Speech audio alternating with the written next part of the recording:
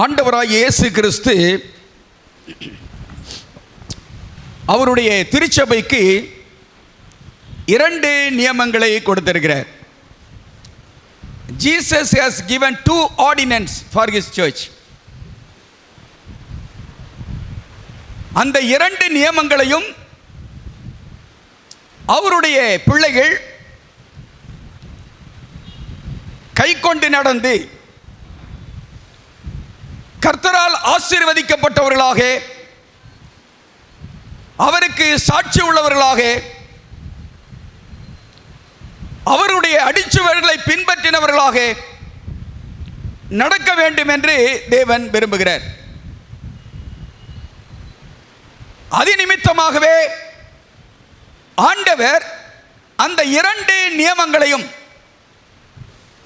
அவருடைய திருச்சபைக்கு கொடுத்திருக்கிறார். ஆண்டவராய் இயேசு கிறிஸ்து இந்த உலகத்திலே தன்னுடைய ஊழியத்தை முடித்து பரலோகத்திற்கு போவதற்கு முன்பாக அவர் காட்டிக் கொடுக்கப்பட இருந்த அன்று ராத்திரியிலே மேலறையில் சீஷர்களோடு கூட கடைசி பஸ்காவை ஆசரித்தார்.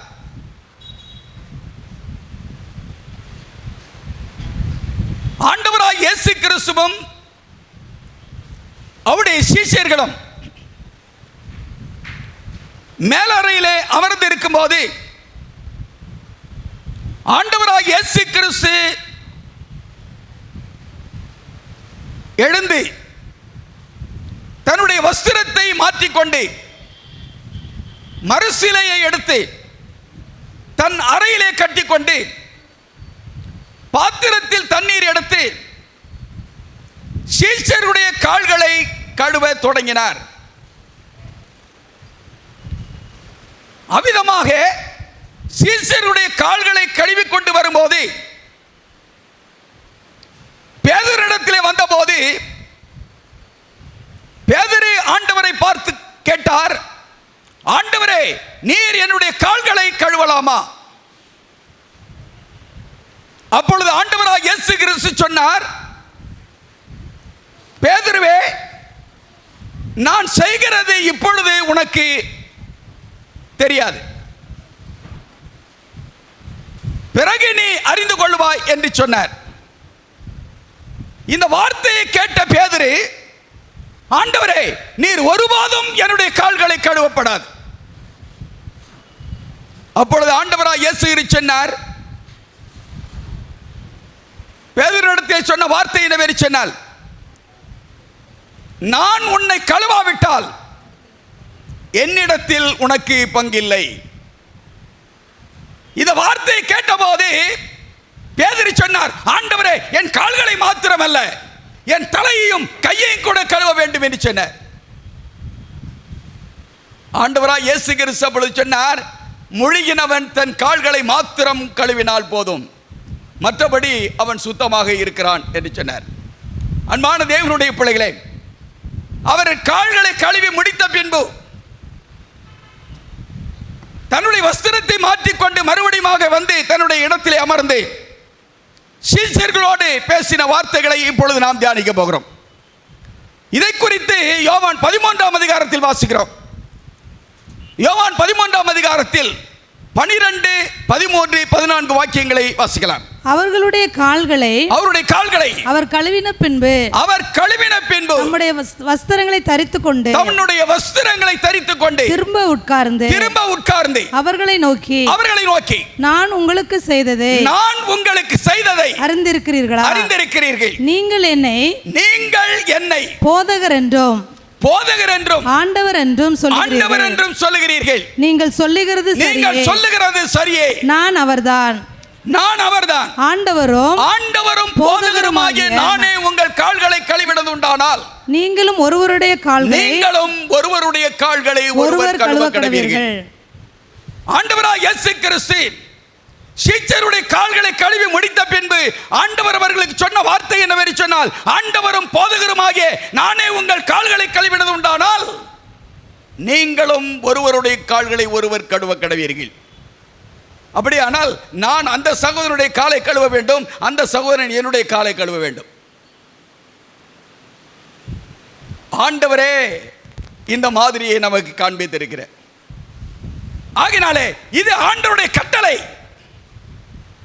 கர்த்தருடைய பிள்ளைகளாகி நீங்களும் நானும், அவரை ஏற்றுக்கொண்டவர்களாக நீங்களும் நானும், அவருடைய சிந்தையை தரித்தவர்களாக நீங்களும் நானும், நம்முடைய வாழ்க்கையிலே அவரை போன்று வாழ வேண்டும் என்று தீர்மானிக்கிற நீங்களும் நானும், அந்த திருச்சபையிலே வாழ்கிற வாழ்க்கையிலே அவர் இந்த திருச்சபைக்கு கொடுத்திருக்கிற முதலாவது நியமம் என்னவென்று சொன்னால், தாழ்மையின் அந்த சிந்தையை நாம் தரித்தவர்களாக இருக்க வேண்டும். ஆகினாலே ஆண்டவர் சொல்லுகிறார், ஆண்டவரும் போதகருமாகிய நானே உங்கள் கால்களை கழுவினது உண்டானால் நீங்களும் ஒருவருடைய கால்களை ஒருவர் கழுவ கடவீர்கள். இரண்டாவதாக அவர் சொல்லுகிறார், 15வது வாக்கியத்தை வாசிக்கலாம். நான் உங்களுக்கு செய்தது போல நீங்களும் செய்யும்படி உங்களுக்கு மாதிரியை காண்பித்தேன். பிரைஸ் காட், ஹல்லேலூயா. அன்பான கர்த்தருடைய பிள்ளைகளே, ஆண்டவராகிய இயேசு கிறிஸ்து எதற்காக சீஷருடைய கால்களை கழுவினார் என்று சொன்னால், ஆண்டவர் சொல்லுகிறார், நான் செய்தது போல நீங்களும் செய்யும்படிக்கு மாதிரியை காண்பித்தேன். அதனால ஆண்டவர் நமக்கு எல்லாவற்றிற்கும் மாதிரியாக இருக்கிறார். இந்த உலகத்திலே அவருடைய பிள்ளைகளாக நாம் வாழ்வதற்கு அவர் எல்லாவற்றையும் மாதிரியாக காண்பித்திருக்கிறார். 1 பேதுரு 2ஆம் அதிகாரம் 21வது வாக்கியத்தை வாசிக்கலாம். 1 பேதுரு 2ஆம் அதிகாரம் 21வது வாக்கியம். இதற்காக நீங்கள் அழைக்கப்பட்டும் இருக்கிறீர்கள், ஏனெனில் கிறிஸ்துவும் உங்களுக்காக பாடுபட்டு நீங்கள் தம்முடைய அடிச்சுவடுகளை தொடர்ந்து வரும்படி உங்களுக்கு மாதிரியை பின்வைத்து போனார். பிரைஸ் தி லார்ட், ஹல்லேலூயா. அன்பான தேவனுடைய பிள்ளைகளே, ஆண்டவராகிய இயேசு கிறிஸ்து சீஷருடைய கால்களை கழுவினார். ஏன் என்று சொன்னால், அவர் நீங்களும் நானும் அவரை போன்று செய்ய வேண்டும் என்பதற்காக அவர் மாதிரியை காண்பித்தார். ஆகையினாலே ஆண்டவர் சொல்லுகிறார், ஆண்டவரும் போதகருமாகிய நானே உங்கள் கால்களை கழுவினது உண்டானால் நீங்களும் ஒருவருடைய கால்களை ஒருவர் கழுவ கடவீர்கள். நான் செய்தது போல நீங்களும் செய்யும்படிக்கு உங்களுக்கு மாதிரியை காண்பித்தேன். மூன்றாவதாக சொல்லுகிறார், யோவான் 13ஆம் அதிகாரம் 17ஆம் வாக்கியம். யோவான் 13ஆம் அதிகாரம் 17ஆம் வாக்கியம். இவைகளை அறிந்திருக்கிறபடியினால் இவைகளை செய்வீர்களானால் பாக்கியவான்களாக இருப்பீர்கள். Praise God. அன்பான கர்த்தருடைய பிள்ளைகளே, நாம் இதை அறிந்திருக்கிறதுனாலே அதன்படி செய்வோம் என்று சொன்னால் ஆசீர்வதிக்கப்பட்டவர்களாக இருப்போம் என்று ஆண்டவர் சொல்லுகிறார். ஆகினாலே ஆண்டவராகிய இயேசு கிறிஸ்து தான் அந்த கல்வாரி சிலுவையிலே தன்னை தியாகம் செய்வதற்கு முன்பாக சீஷர்களோடு கூட கடைசி பஸ்காவை ஆசரித்த போது முதலாவதாக அவர் சீஷருடைய கால்களை கழுவினார். பின்பு கழுவி முடித்த பின்பு அவர்களுக்கு இந்த கட்டளைகளை கொடுத்தார். ஆண்டவரும் போதகரும் ஆகிய நானே உங்கள் கால்களை கழுவினது உண்டானால் நீங்களும் ஒருவருடைய கால்களை ஒருவர் கழுவ கடவீர்கள். நான் செய்தது போல நீங்களும் செய்யும்படிக்கு உங்களுக்கு மாதிரியை காண்பித்தேன். இவைகளை நீங்கள் அறிந்திருக்கிறபடினால் இவைகளை செய்வீர்களானால் பாக்கியவான்களாக இருப்பீர்கள் என்று ஆண்டவர் சொன்னார். அதன் பின்பு ஆண்டவர் அப்பத்தை எடுத்து ஆசீர்வதித்து அதை பிட்டு சீஷர்களுக்கு கொடுத்து, இதை வாங்கி நீங்கள் புசியுங்கள், இது என்னுடைய சரீரமாக இருக்கிறது, இது உங்களுக்காக பிற்கப்படுகிற என்னுடைய சரீரம் என்று ஆண்டவராகிய கிறிஸ்து சொன்னார்.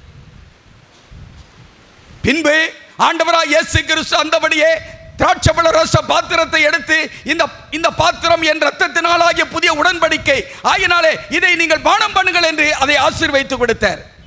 அன்பான தேவனுடைய பிள்ளைகளே, ஆண்டவராகிய கிறிஸ்து அவருடைய திருச்சபையின் பிள்ளைகளாகிய உங்களுக்கு எனக்கும் அவர் கொடுத்திருக்கிற முதலாவது நியமம் நற்கருணை ஆராதனை அல்லது ராபோஜனம் அல்லது திருவிருந்து நாம் எப்படி அழைக்கிறோமோ அதை ஆண்டவர் நமக்கு செய்து காட்டியிருக்கிறார். இதை நாம் செய்ய வேண்டும். இரண்டாவதாக, ஆண்டவராகிய இயேசு கிறிஸ்து இந்த உலகத்தில் இருந்தபோது ராத்திரி காலத்திலே ஒரு யூதருடைய அதிகாரியான மனுஷன் வந்தான். அவன் இயேசுவினிடத்திலே வந்து, ரபி, நீர் தேவனிடத்திலிருந்து வந்த அறிந்திருக்கிறோம். உம்மோடு கூட தேவன் ஒருவனோடு கூட தேவன் இராவிட்டால் நீர் செய்கிற இப்படிப்பட்ட அற்புதங்களை செய்ய மாட்டான் என்று சொன்னார். அப்பொழுது ஆண்டவராகிய கிறிஸ்து அவனை பார்த்து சொன்ன வார்த்தை என்னவென்று சொன்னால், இந்த மனிதனுடைய பெயர் நிக்கோதேமு. இந்த நிக்கோதேமை பார்த்து ஆண்டவர் சொல்லுகிறார், யோவான் சுவிசேஷம் 3ஆம் அதிகாரம் 3வது வாக்கியத்தை வாசிக்கலாம். அவன் சொன்னான், நீர் தேவனிடத்தில் வந்த போதகர் என்று சொன்னான். ஆகினாலே தேவன் உம்மோடு கூட இல்லாவிட்டால் நீர் செய்கிற அற்புதத்தை செய்ய முடியாது என்பதை அவன் சொல்லுகிறான். அப்பொழுது ஆண்டவர் அவனை பார்த்து சொல்லுகிற வார்த்தை என்னவென்று சொன்னால், 3வது வாக்கியம், யோவான் 3ஆம் அதிகாரம் 3வது வாக்கியம். இயேசு அவனுக்கு பிரதியுத்தரமாக, ஒருவன் மறுபடியும் பிறவாவிட்டால் தேவனுடைய ராஜ்யத்தை காண மாட்டான் என்று மெய்யாகவே உனக்கு சொல்லுகிறேன். அன்பான தேவனுடைய பிள்ளைகளே, நிக்கோதேமை பார்த்து ஆண்டவர் சொன்னார், நீ மறுபடியும் பிறக்க வேண்டும்.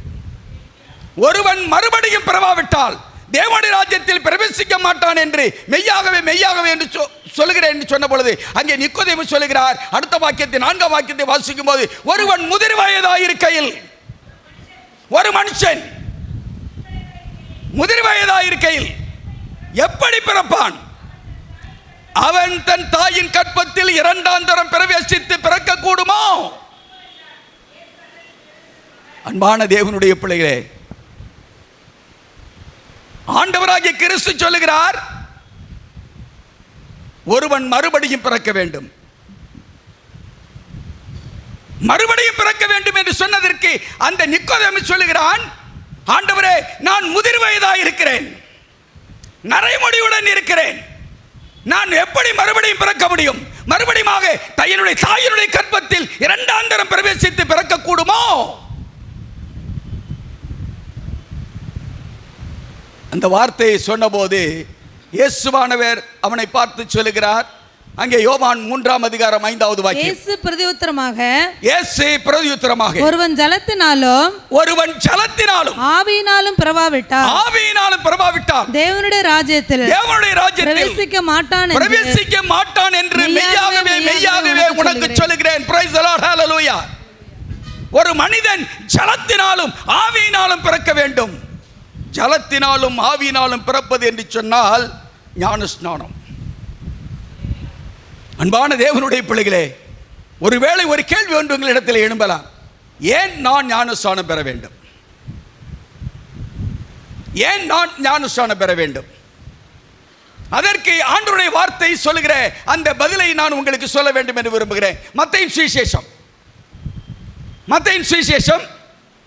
28ஆம் அதிகாரம் 19ஆம் 20ஆம் வாக்கியங்கள். ஆகையால் நீங்கள் புறப்பட்டு போய் சகல ஜாதிகளையும் சீஷராக்கி பிதா குமாரன் பரிசுத்தாவின் நாமத்தினாலே ஞானஸ்நானம் கொடுத்து நான் உங்களுக்கு கட்டளையிட்ட யாவையும் அவர்கள் கைக்கொள்ளும்படி அவர்களுக்கு உபதேசம் பண்ணுங்கள். இதோ உலகத்தின் முடிவு பரியந்தம் சகல நாட்களிலும் நான் உங்களுடனே கூட இருக்கிறேன். பிரைஸ் காட், ஹalleluya. அன்பான தேவனுடைய பிள்ளைகளே, ஏன் ஞானஸ்நானம் அவசியம் என்று சொன்னால், என் ஆண்டவராகிய இயேசு கிறிஸ்து அவருடைய திருச்சபைக்கு கொடுத்திருக்கிற கட்டளை, நீங்கள் உலகமெங்கும் புறப்பட்டு போய் சகல ஜாதிகளையும் சீஷராக்கி பிதா குமாரன் பரிசுத்தாவின் நாமத்தினாலே ஞானஸ்நானம் கொடுத்து நான் கட்டளையிட்ட யாவையும் அவர்கள் கை கொள்ளும்படி அவர்களுக்கு உபதேசம் பண்ணுங்கள். ஆண்டவராகிய கிறிஸ்து திருச்சபைக்கு கொடுத்திருக்கிற கட்டளை. இரண்டாவதாக மார்க்கு சுவிசேஷம் 16ஆம் அதிகாரம் 16வது வாக்கியம். மார்க்கு சுவிசேஷம் 16ஆம் அதிகாரம் 16ஆம் வாக்கியம். விசுவாசம் உள்ளவனாகி ஞானஸ்நானம் பெற்றவன் ரட்சிக்கப்படுவான்.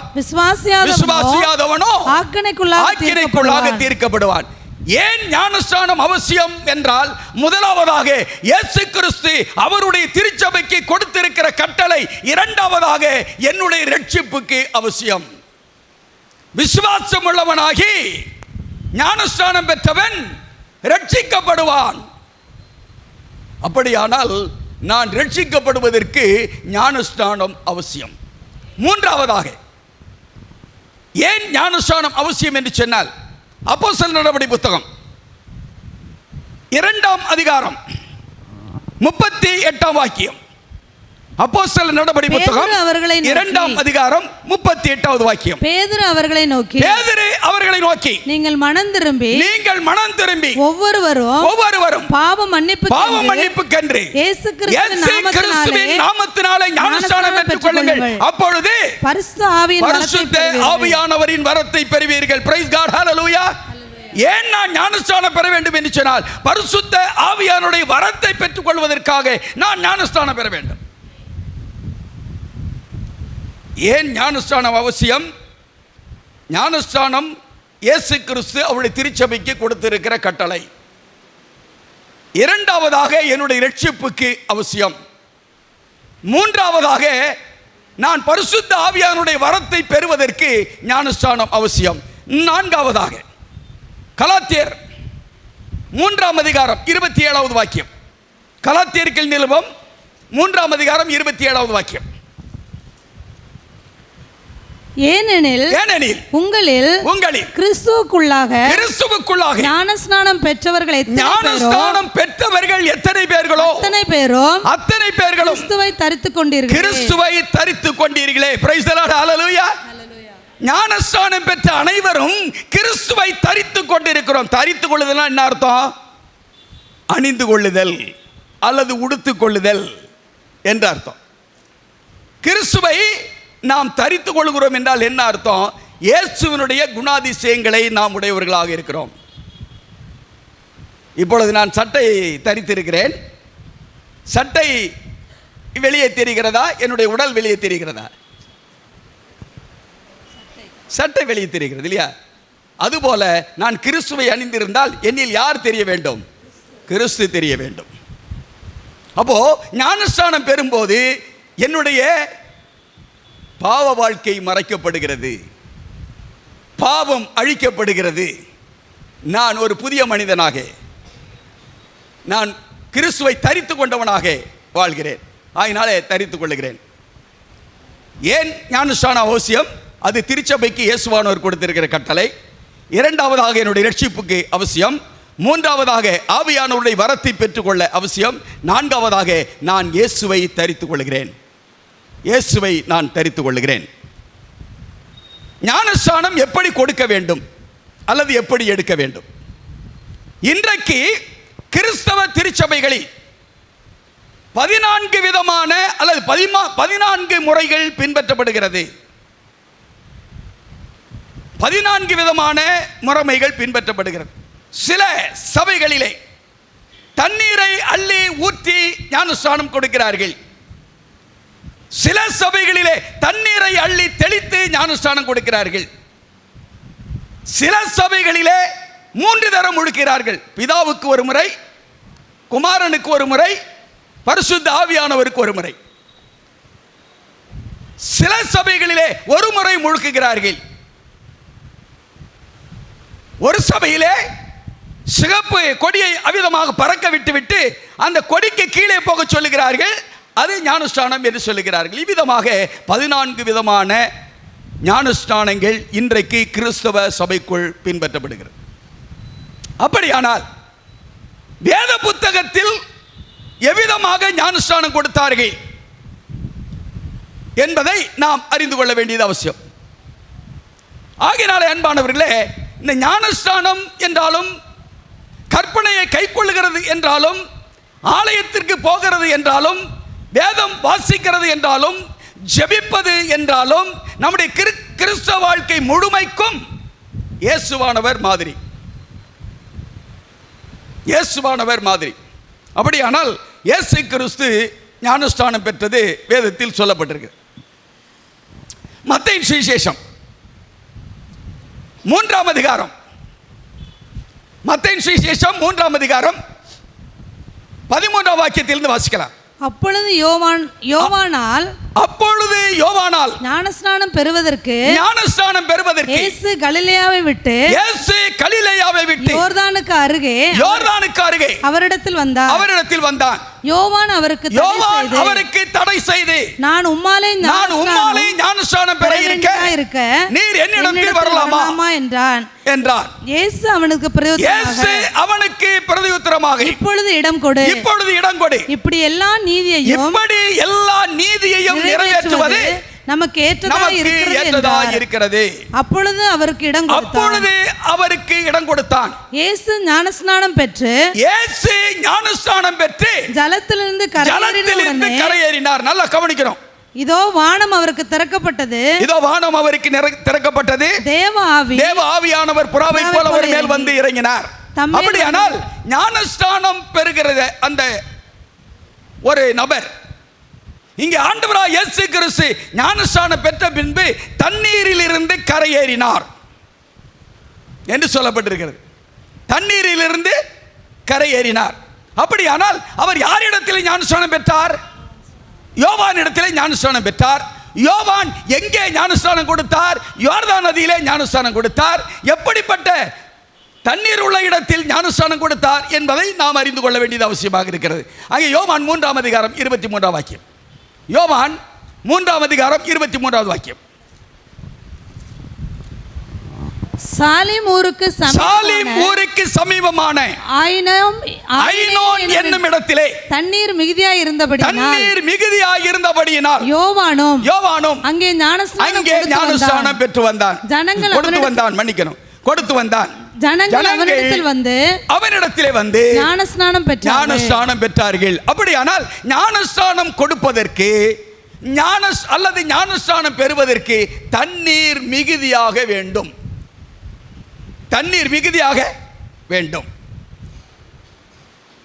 அப்படியானால் சீஷர்கள் எப்படி ஞானஸ்நானம் கொடுத்தார்கள்? முதலாவதாக நாம் பார்த்தோம், இயேசுவானவர் ஞானஸ்நானத்தை எடுத்த அதை பார்த்தோம். அவர் ஞானஸ்நானம் பெற்ற பின்பு தண்ணீரிலிருந்து கரையேறினார் என்று சொல்லப்பட்டிருக்கிறது. அதற்கு பிறகு அப்போஸ்தலர்கள் எவ்விதமாக ஞானஸ்நானம் கொடுத்தார்கள் என்பதை நாம் அறிந்து கொள்ளும்படியாக அங்கே அப்போஸ்தலர் 8ஆம் அதிகாரத்துக்கு திருப்போம். அப்போஸ்தலர் 8ஆம் அதிகாரம் 38வது வாக்கியம். ரதத்தை நிறுத்த சொன்னான். இது பிலிப்பு கந்தாகே என்பவருடைய மந்திரியுடைய அனுபவம் சொல்லப்பட்டிருக்கிறது. அங்கே பிலிப்பும் மந்திரியும் ரதத்திலே போய் கொண்டிருந்த போது அதற்கு முந்தின வசனத்தை வாசிங்க. அதற்கு பிலிப்பு நீர் முழு இருதயத்தோடு விசுவாசித்தால் தடையில்லை என்று சொன்னார். அப்பொழுது அவர் இயேசு கிறிஸ்துவை தேவனுடைய குமாரன் என்று விசுவாசிக்கிறேன் என்று சொல்லி ரதத்தை நிறுத்த சொன்னார். அப்பொழுது பிலிப்பும் மந்திரி ஆகிய இருவரும் தண்ணீரில் இறங்கினார்கள். நல்லா கவனிக்க வேண்டும். அப்படியானால் ஒரு சகோதரன் ஞானஸ்நானம் பெறும்போது அல்லது ஞானஸ்நானம் ஒரு சகோதரனுக்கு கொடுக்கும் போது ஞானஸ்நானம் கொடுப்பவரும் ஞானஸ்நானம் எடுப்பவரும் தண்ணீருக்குள் இறங்க வேண்டும். அங்கே பிலிப்பு கந்தேக மந்திரிக்கு ஞானஸ்நானம் கொடுத்தார் என்று சொல்லப்பட்டிருக்கிறது. சரி, இங்கே என்ன சொல்லுகிறார் என்று சொன்னால் அங்கே இயேசுவானவர் ஜலத்தில் இருந்து கரையேறினார். இங்கே கந்தாக மந்திரியும் என்பவருடைய மந்திரியும் பிலிப்பும் தண்ணீருக்குள் இறங்கினார்கள் என்று சொல்லியிருக்கு. ஆனால் முழுகினாங்களோ அல்லது அள்ளி ஊற்றிக்கிட்டாங்களோ தெரியலையே, ஒன்று அங்கே சொல்லப்படவில்லை இல்லையா? அப்படியானால் அதை நாம் இன்னும் ஆழமாக தெளிவாக வேதத்தை வாசித்து தெரிந்து கொள்ள வேண்டும். எப்படி ஞானஸ்நானம் பெற வேண்டும், எப்படி ஞானஸ்நானம் கொடுக்க வேண்டும். ஞானஸ்நானம் என்பதை குறித்து வேதம் என்ன சொல்லுகிறது என்று சொன்னால், அங்கே தீத்துக்கள் நிறுத்தம் தீத்து 3ஆம் அதிகாரம் 5வது வாக்கியம். தீத்து 3ஆம் அதிகாரம் 5வது வாக்கியம். நாம் செய்த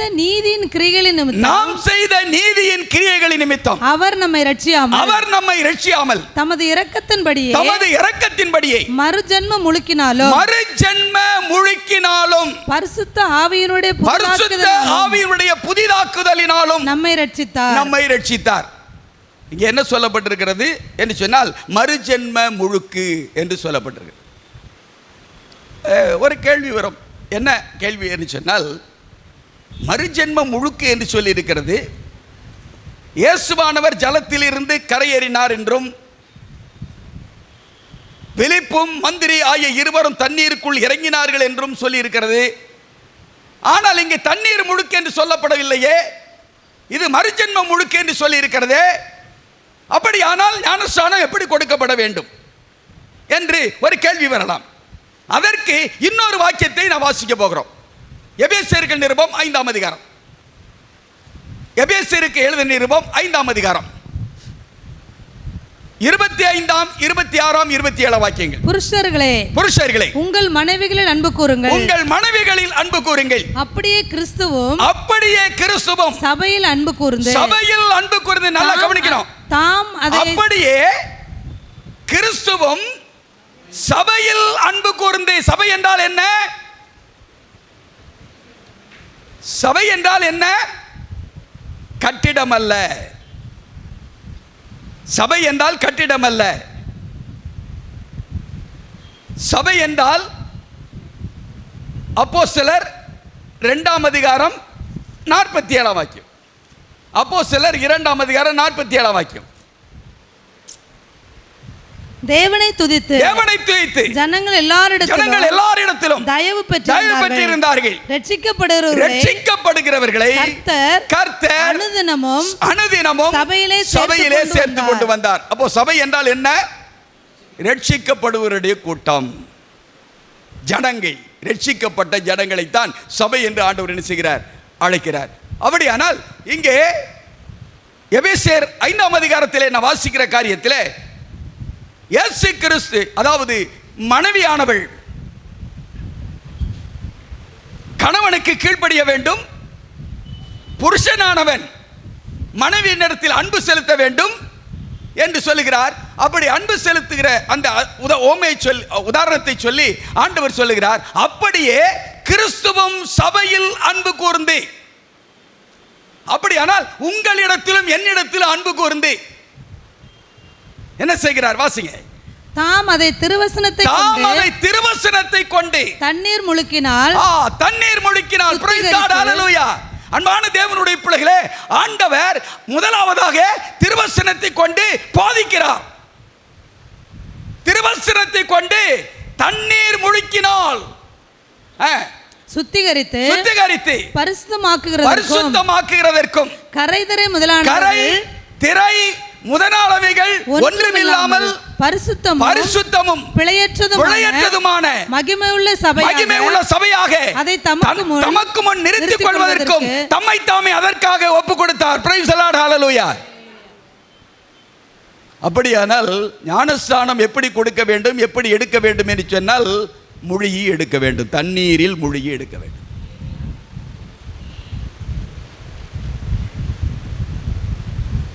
ஒரு மரித்த மனிதனை,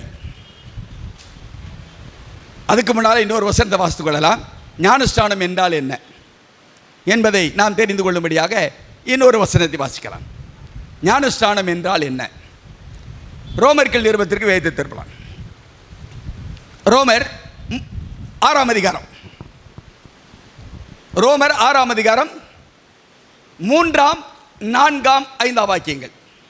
கிறிஸ்து இயேசுவுக்குள்ளாக, நல்லா கவனிக்க வேண்டும், கிறிஸ்து இயேசுவுக்குள்ளாக ஞானஸ்நானம் பெற்ற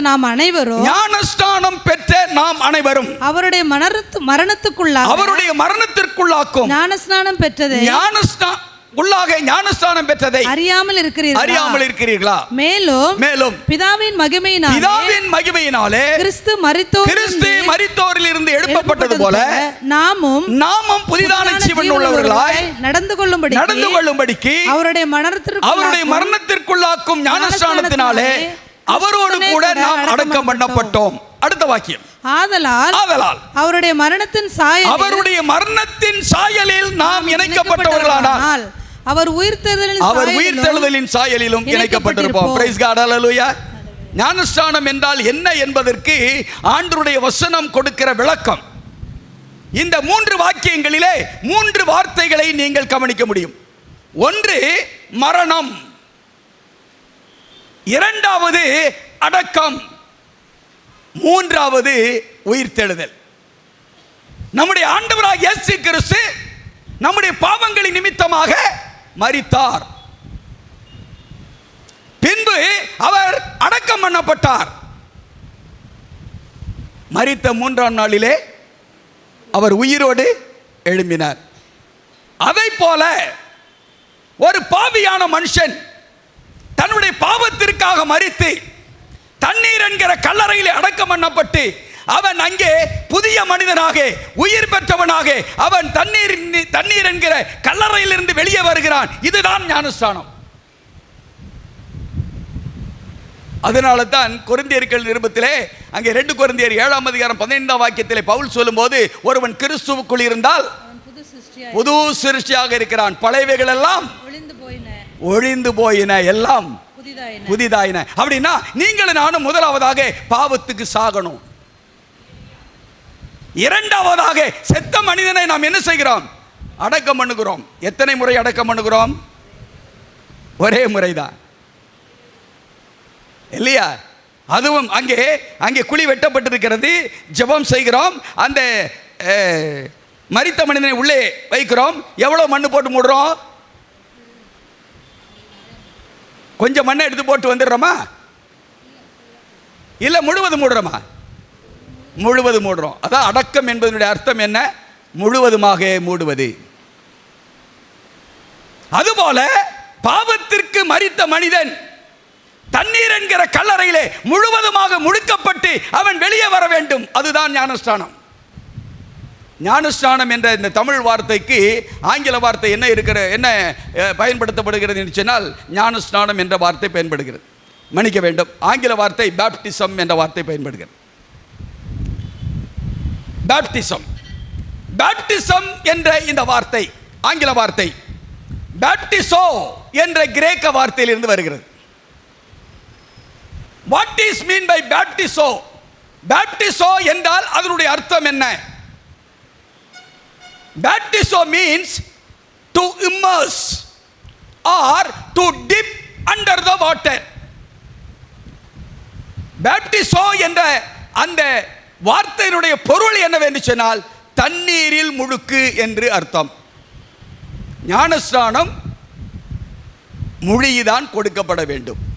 அதுதான் வேதத்தின் கொடுக்கப்பட்டிருக்கிற ஞானஸ்நான முறை. 1189ஆம் ஆண்டு கத்தோலிக்க திருச்சபையினாலே குழந்தை ஞானஸ்நானம் திருச்சபைக்குள் வந்தது.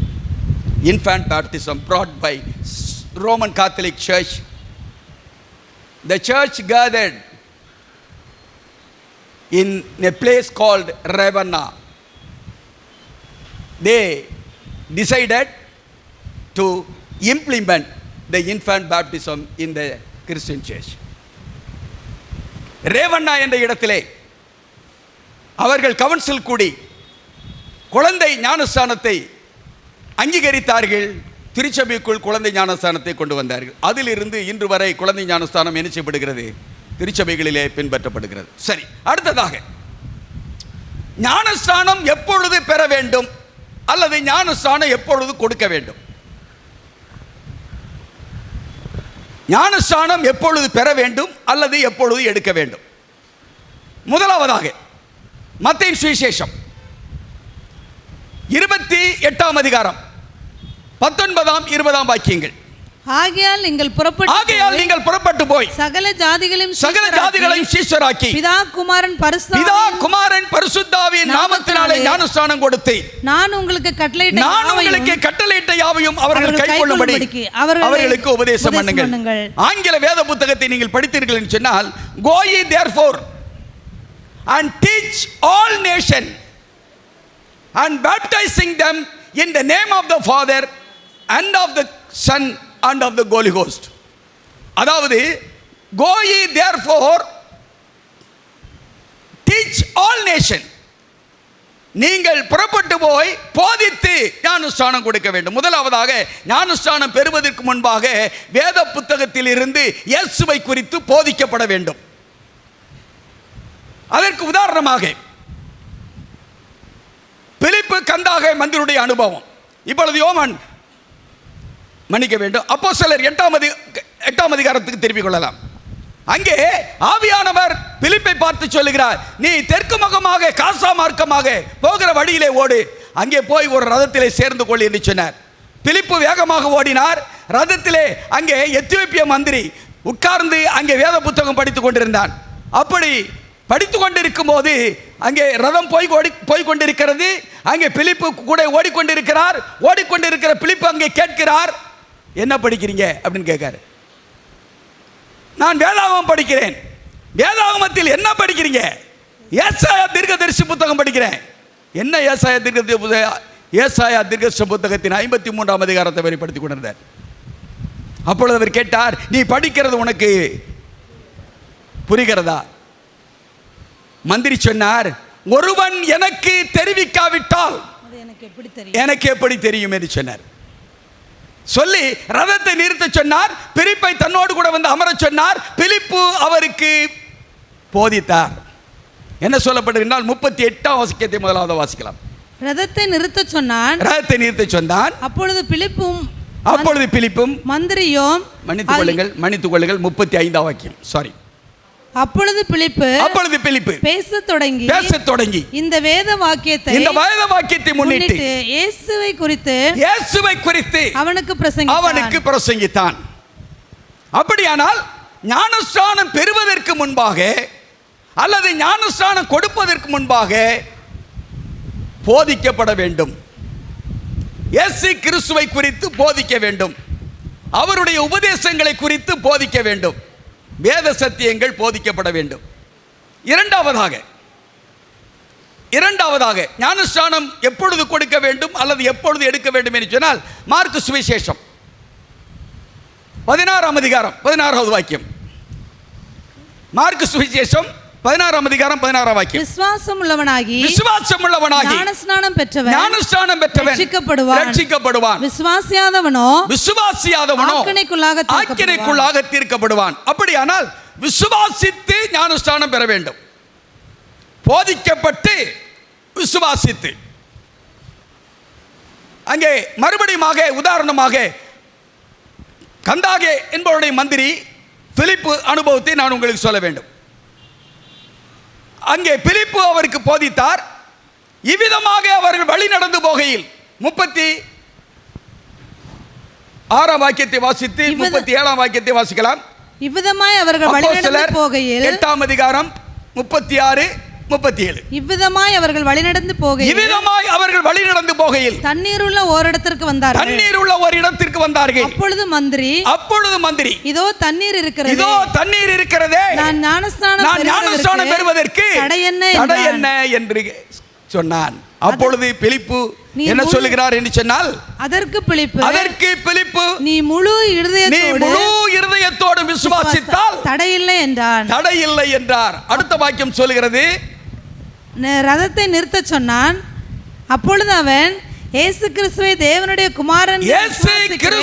தேவனுடைய குமாரன் என்று விசுவாசிக்கிறேன் என்று சொன்னான். பிரைஸ் காட், ஹல்லேலூயா. அன்பான தேவனுடைய பிள்ளைகளே, ஞானஸ்நானம் எப்பொழுது கொடுக்க வேண்டும் என்று சொன்னால், போதிக்கப்பட்டு இரண்டாவதாக விசுவாசித்து. இந்த பிலிப்பு மந்திரிடத்தில் கேட்கிறார், நீ இயேசுவை விசுவாசிக்கிறியா? நீ முழு இருதயத்தோடு விசுவாசித்தா என்னல்ல தடை இல்லை. அப்பொழுது மந்திரி சொல்லுகிறார், நான் இயேசு கிறிஸ்துவை முழு இருதயத்தோடு தேவனுடைய குமாரன் என்று விசுவாசிக்கிறேன் என்று சொல்லுகிறார். அப்பொழுது ரதத்தை நிறுத்த சொன்னார். பிலிப்பும் மந்திரி ஆகிய இருவரும் தண்ணீருக்குள் இறங்கினார்கள். பிலிப்பு அவனுக்கு ஞானஸ்நானம் கொடுத்தான். ஞானஸ்நானம் கொடுத்த பிறகு ஆவியானவர் பிலிப்பை என்ன செய்தார்? எடுத்துக்கொண்டு போய்விட்டார். அவன் சந்தோஷத்தோடு தன்னுடைய இடத்திற்கு போனான் என்று அந்த அனுபவம் சொல்லுகிறது. ஆகையினாலே நீங்களும் நான் ஞானஸ்நானம் பெறும் பொழுது இயேசுவை விசுவாசித்திருக்க வேண்டும். மூன்றாவதாக அப்போஸ்தலர் நடபடி புத்தகம் 2ஆம் அதிகாரம் 38வது வாக்கியம்.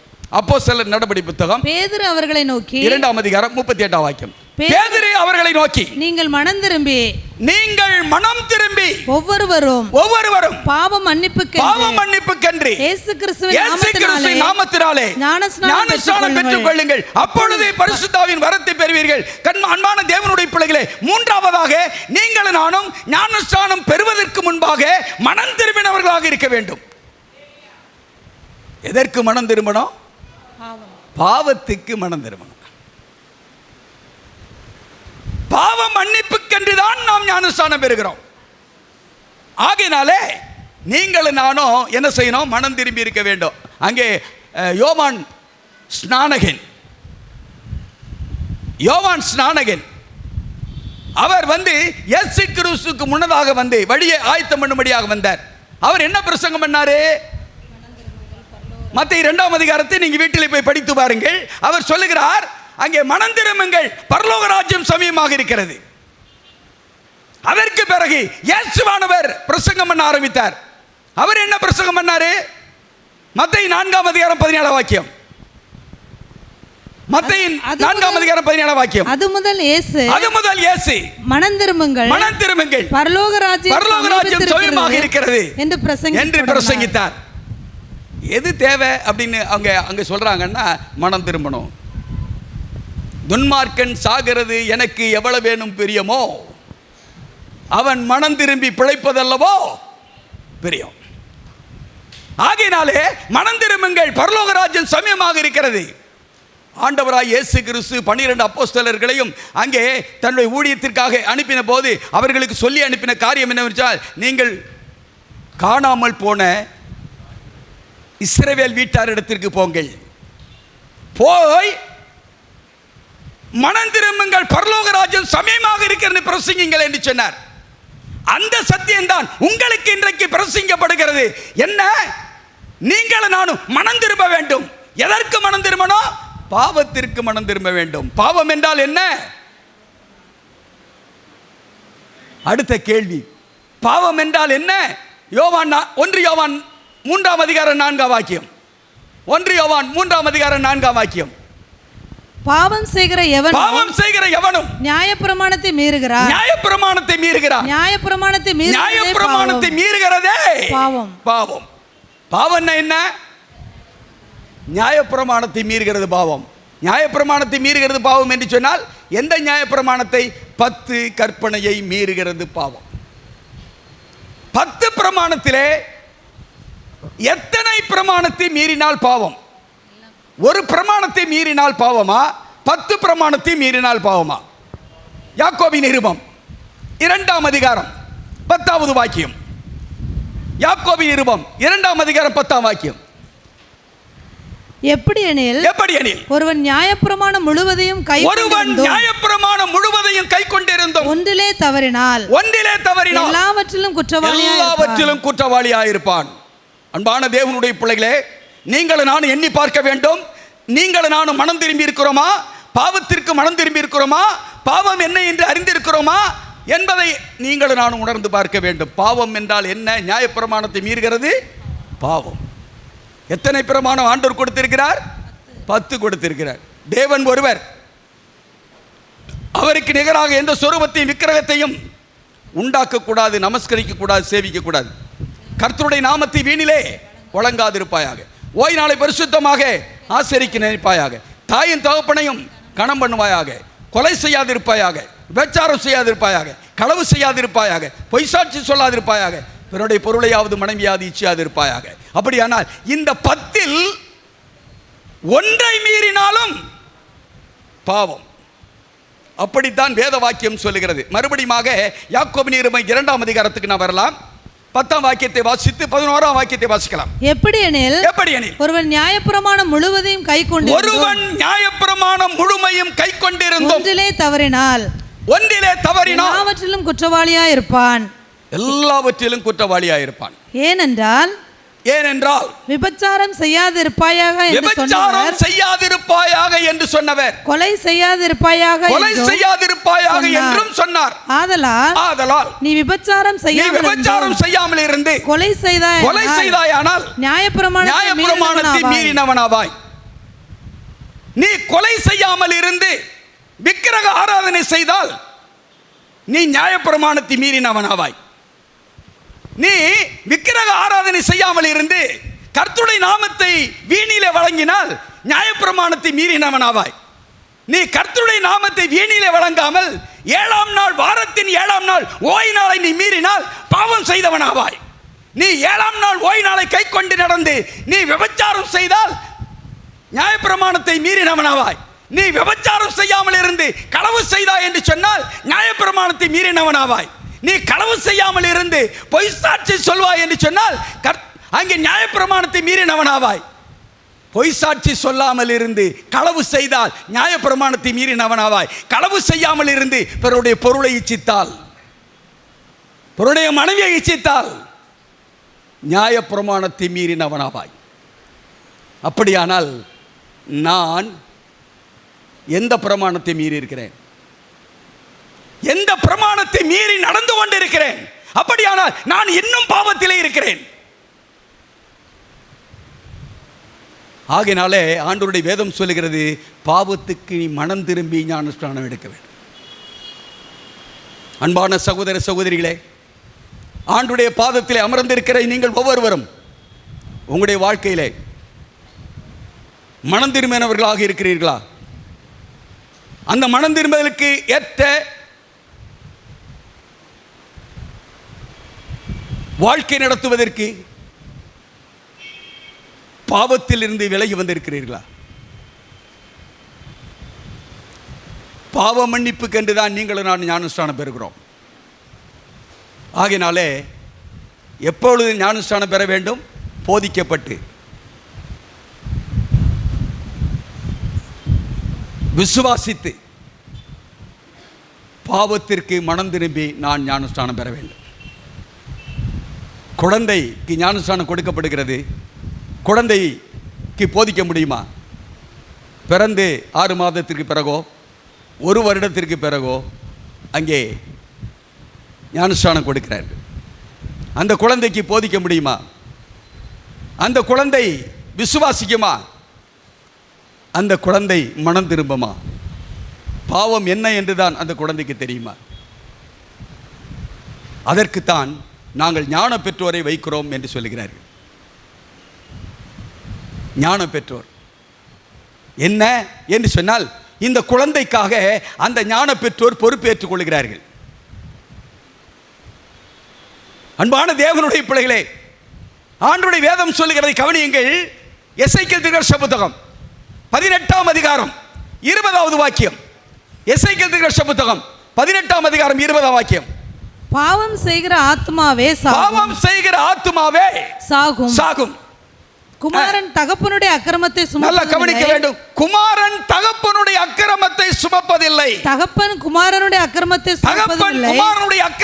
சுமப்பதில்லை. நீதிமானுடைய நீதி அவன் தலையின் மேல் தான் இருக்கும். துன்மார்க்கனுடைய துன்மார்க்கம் அவன் தலையின் மேல் தான் இருக்கும். அப்போ இங்க என்ன சொல்லுகிறார்னு சொன்னால், தகப்பனுடைய அக்கிரமத்தை குமாரன் சுமப்பதில்லை, குமாரனுடைய அக்கிரமத்தை தகப்பன் சுமப்பதில்லை. அப்படி சொல்லும்போது எப்படி ஞான தகப்பன் சுமந்துருவாரு? எப்படி ஞான தாய் சுமந்துருவாங்க? யோசிக்க வேண்டும் அல்லவா? பின்னுமாக இல்லை இல்லை, ஆண்டவர் என்ன போதித்திருக்கிறார் என்று சொன்னால், நீ மறுபடியும் பிறவாவிட்டால் தேவனுடைய ராஜ்யத்தில் பிரவேசிக்க மாட்டாய் என்று சொல்லியிருக்கிறார். ஆகையினாலே அந்த குழந்தை பருவத்திலேயே மரிக்கும் என்று சொன்னால் பரலோகத்துக்கு வராமல் போயிடும். அதனால் நாங்கள் ஞானஸ்நானம் கொடுக்குறோம். இதுதான் அவர்கள் சொல்லுகிற காரணம். ஏன்னா ஆண்டவர் சொல்லியிருக்கார் உண்மை.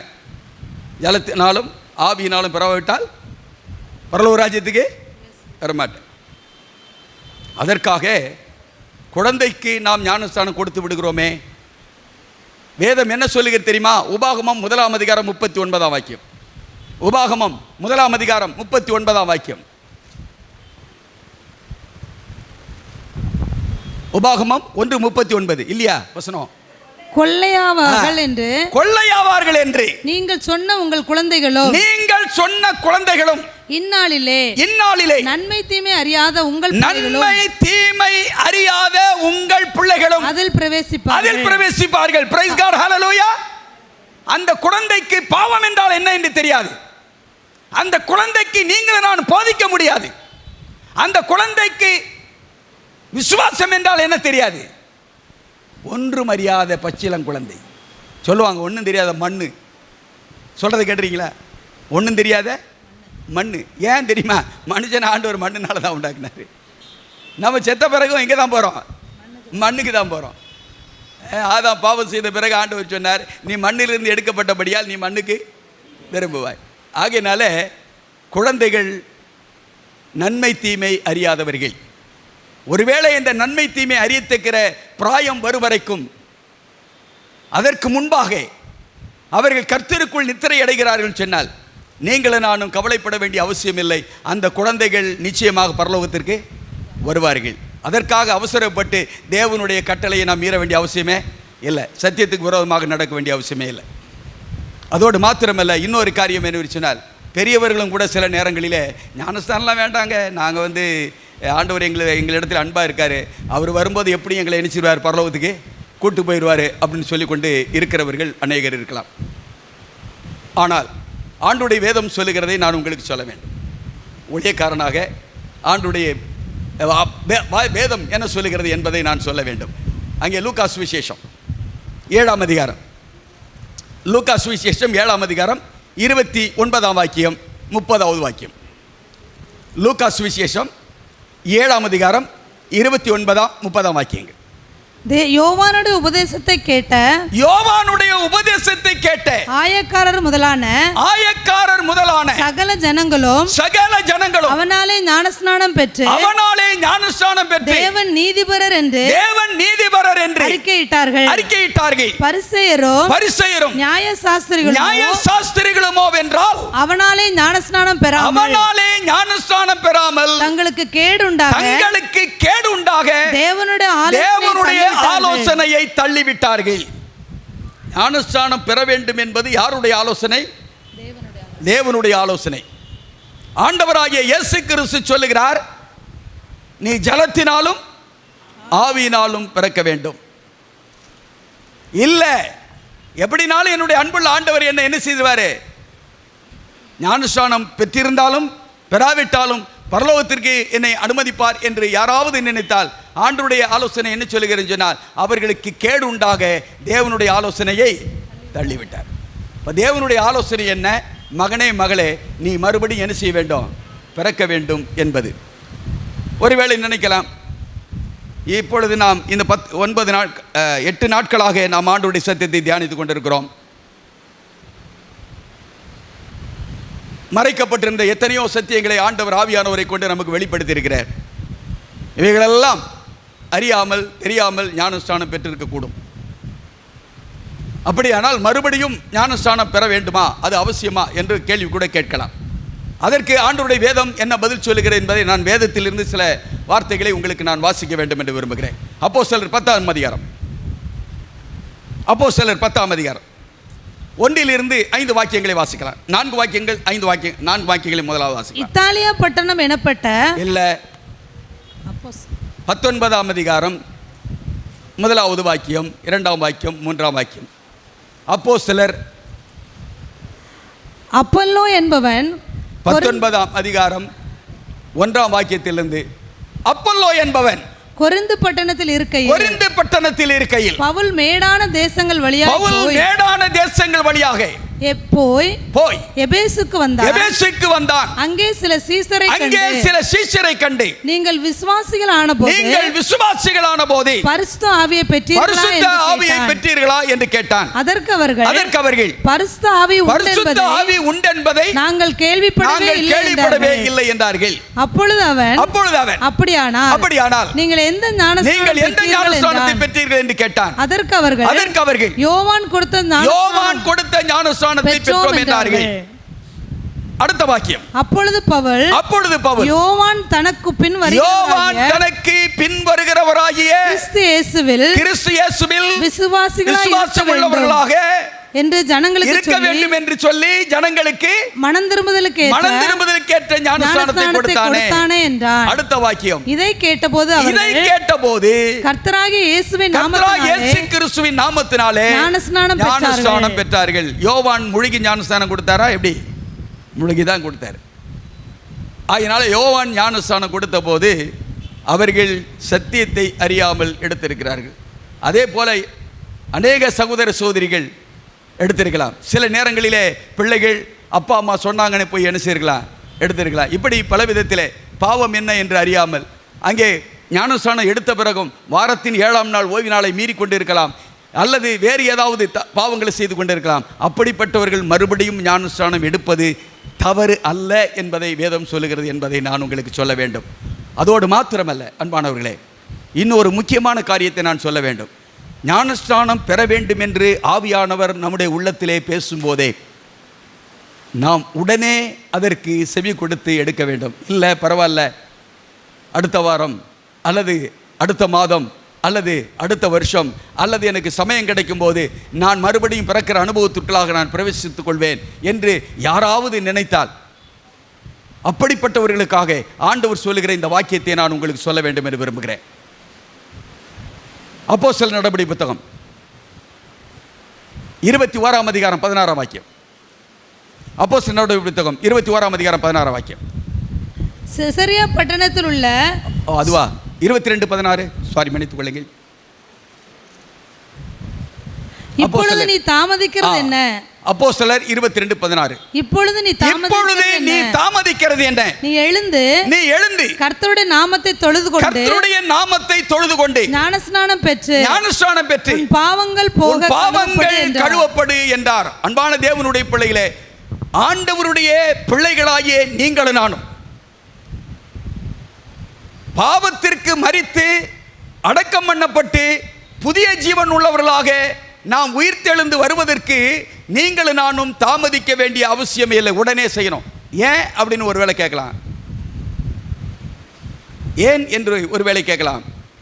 ஏன் என்று சொன்னால், நாளை நான் இருப்பேனா? வேத புத்தகத்தை எல்லாம் வாசித்து பாருங்க. ஞானஸ்நானம் எடுத்தவங்களாம் உடனே எடுத்தாங்க. தாமதிக்கக்கூடாது. அது நம்முடைய ரட்சிப்புக்கு உரியது. நான் உடனே ரட்சிக்கப்பட வேண்டும். அந்த சிறைச்சாலை காவல்காரன் அங்கே அப்போஸ்தலர் 16ஆம் அதிகாரத்தில் நான் பார்க்கிறோம் அல்லவா, உடனே அந்த இரவோடு கூட அங்கே ஞானஸ்நானம் பெற்றார். அவனும் அவன் குடும்பமும். பிலிப்பு கந்தாக மந்திரியுடைய அனுபவத்திலே பார்க்கிறோம். மந்திரி உடனே ஞானஸ்நானம் பெற்றார். காலதாமதமே கூடாது. ஏன் என்று சொன்னால், ரட்சிக்கப்படுவதற்கு நீங்களும் நானும் யோசிக்க வேண்டிய அவசியமே இல்லை. இவ்வளவு பெரிதான ரட்சிப்பை குறித்து நாம் கவலையற்று இருப்போமானால் வரும் தண்டனைக்கு எப்படி நாம் தப்பிக்கொள்வோம்? ஆகவே கிறிஸ்துவுக்குள் பிரியமான சகோதரனை சகோதரியை, இங்கே இருக்கிற அன்பான தேவனுடைய பிள்ளைகளிடத்திலே ஊழியக்காரனாக நான் ஒரு அழைப்பு ஒன்று கொடுக்க வேண்டும் என்று விரும்புகிறேன். யாரெல்லாம் மறுபடியும் பிறந்து நாங்கள் பரலோகராஜுக்கு தகுதி உள்ளவர்களாக தேவனுடைய பிள்ளைகளாக நாங்கள் வாழ வேண்டும் என்று விரும்புகிறோம் என்று தீர்மானிக்கிறீர்களோ, அவர்கள் எல்லாரும் நீங்கள் இந்த நேரத்தில் இப்பொழுதே தீர்மானிக்க உங்களுக்கு நான் அழைப்பு கொடுக்கிறேன். அப்படி நீங்கள் தீர்மானிக்கிற வேளையில் உங்கள் கையிலே ஒரு பேப்பர் ஒன்று கொடுப்பார்கள். அதை நீங்கள் வாங்கி உங்களுடைய பெயரை எழுதி நீங்கள் தீர்மானம் செய்யுங்கள். ஒருவேளை ஏன் என்று நீங்கள் யோசிக்கலாம். அதற்கு ஆண்டவர் சொல்லுகிற வார்த்தையை நான் உங்களுக்கு சொல்ல வேண்டும். ஏசாயா தீர்க்கதரிசி புத்தகம் 4ஆம் அதிகாரம் 4வது வாக்கியத்தை நான் வாசிக்கலாம். சீயோனில் மீதியாயிருந்து, நல்லா கவனிக்க வேண்டும், சீயோனில் மீதியாயிருந்து, எருசலேமில் தரித்திருந்து ஜீவனுக்கென்று பெயர் எழுதப்பட்டவன் எவனும். எதற்கு? ஜீவனுக்கென்று பெயர் எழுதப்பட்ட எவனும் பரிசுத்தன் என்று சொல்லப்படுவான். ஆகினாலே கிறிஸ்துவுக்குள் பிரியமான சகோதரனே சகோதரியே, ஆண்டவர் உங்களுக்கு இந்த அழைப்பை கொடுக்கிறார். இந்த அழைப்பை பெற்றுக்கொள்கிற கர்த்தருடைய பிள்ளைகள், உங்களுடைய ரட்சிப்புக்காக இந்த தீர்மானத்தை செய்யும்படி நான் உங்களை அன்போடு கேட்டுக்கொள்கிறேன். அப்படி தீர்மானம் செய்கிற பிள்ளைகளுக்காக நான் ஒரு ஜெபம் செய்ய போகிறேன். ஆண்டவர் உங்களை ஆசீர்வதிப்பாராக. நாம் எழும்பி நின்று ஜெபிக்கலாம். அன்பும் இரக்கம் நிறைந்த எங்கள் நல்ல ஆண்டவரே, இந்த வேளைக்காக நன்றியோடு நாங்கள் மெய் துதிக்கிறோம், ஸ்தோத்தரிக்கிறோம். ஆண்டவருடைய கிருபை இம்மட்டுமாக எங்களோடு கூட இருந்ததற்காக நன்றி. ஆவியானவரை கொண்டு நீர் எங்களுக்கு வெளிப்படுத்தின நல்ல சத்தியங்களுக்காக நன்றியோடு நாங்கள் ஸ்தோத்தரிக்கிறோம். ஆண்டவருடைய கிருபையினாலும் இரக்கங்களினாலும் எங்களை முடிசூட்டினதற்காக ஸ்தோத்திரம்.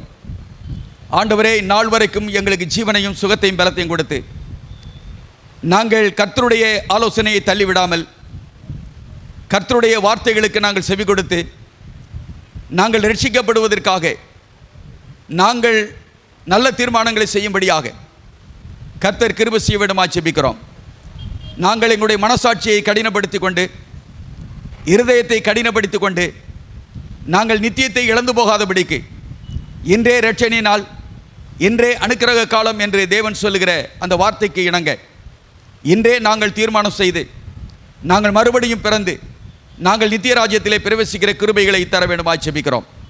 அன்புள்ள ஆண்டவரே, அவ்விதமான தீர்மானம் செய்திருக்கிற பிள்ளைகளையும் தீர்மானத்தின் பள்ளத்தாக்கில் இருக்கிற பிள்ளைகளையும் கர்த்தர் ஆசீர்வதிப்பீராக. எல்லாவற்றுக்கும் மேலான தேவ சமாதானம் ஒவ்வொரு குடும்பத்தோடும் நிறைவாக இருக்க வேண்டுமா நாங்கள் ஜெபிக்கிறோம்.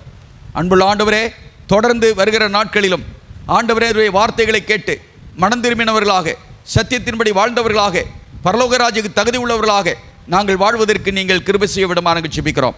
வந்திருக்கிற எல்லா தேவனுடைய பிள்ளைகளையும் ஆசீர்வதிங்க. தேவ சமாதானத்தோடு நீங்கள் அனுப்புங்க. நாங்கள் எல்லாரும் ஆண்டவரே எந்தவித காரணத்தினாலும் எங்களுடைய நித்தியத்தை நாங்கள் இழந்து போகாதபடிக்கு நீர் எங்களை பாதுகாத்துக் கொள்ள வேண்டுமா ஜெபிக்கிறோம். அன்புள்ள ஆண்டவரே, இயேசு கிறிஸ்து மேலுள்ள விசுவாசத்தினாலே நாங்கள் இயேசு எங்கள் மீது வைத்திருக்கிற அன்பின் நிமித்தமாக நாங்கள் இயேசுவை ஏற்றுக்கொண்டவர்களாக மனம் திரும்பினவர்களாக மறுபடியும் பிறந்தவர்களாக நாங்கள் வாழ்ந்து ஆண்டவராக இயேசு கிறிஸ்து வரும் நாளிலே நாங்கள் எல்லாரும் இதோ இவரே ராஜா, இவருக்காக காத்திருந்தோம், இவரே எங்களை ரட்சிப்பார், அவருடைய ரட்சிப்பிலே கலிகூறும் என்று சொல்லுகிற அந்த பரிசுத்தவானுடைய கூட்டத்திலே காணப்பட கிருபை செய்யும். எல்லா துதிகணமும் தேவர் ஏற்றுக்கொள்ளும். இயேசு கிறிஸ்து நாமத்தில் வேண்டிக் கொள்கிறோம் பிதாவே, ஆமென்.